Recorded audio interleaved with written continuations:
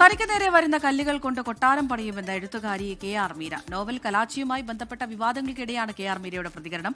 കലാച്ചി എന്ന നോവൽ തന്നെ സംബന്ധിച്ചിടത്തോളം കടുത്ത പരീക്ഷണമായിരുന്നു. നീണ്ടകാലത്തെ പരിശ്രമ ഫലമായിരുന്നു നോവൽ. ജൻസി ഭാഷയിൽ പറഞ്ഞാൽ താൻ ഏറിൽ നിൽക്കുന്ന കാലമാണെന്നും KR മീര പറഞ്ഞു. അനുകരണ വിവാദങ്ങളെ പറ്റി വല്ല വിവാദം ഉണ്ടായിക്കഴിഞ്ഞാൽ അധിക്ഷേപിക്കപ്പെടുന്ന അവഹേളനത്തിന് വിധേയമാകുന്ന വാക്കുകളിൽ പുരുഷന്മാരുടെ പേരുകൾ കേട്ട് നമ്മളൊന്നും രാഹുലടി എന്നോ അല്ലെങ്കിൽ അങ്ങനെയൊന്നും പറയില്ല.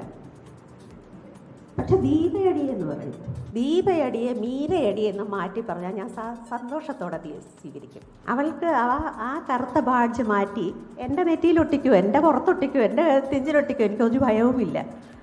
എൻ്റെ വാക്കുകൾ, എൻ്റെ പുസ്തകങ്ങൾ എനിക്ക് വേണ്ടി സംസാരിച്ചു.